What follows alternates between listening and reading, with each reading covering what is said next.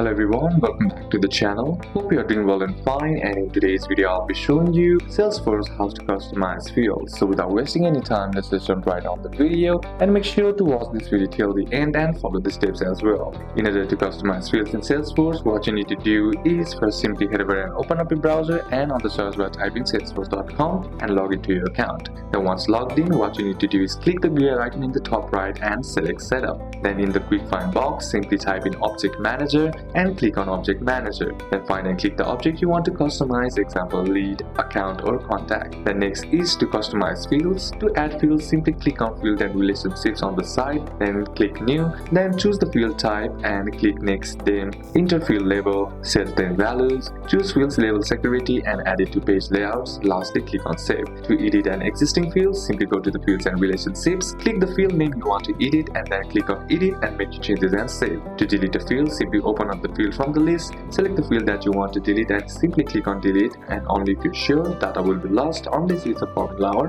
lookup. So these are a couple of steps that you can apply, and that's it for today's video guys. Hope this video was useful to you. Leave a like if it did, comment down any questions that you have, and see you soon on the next one.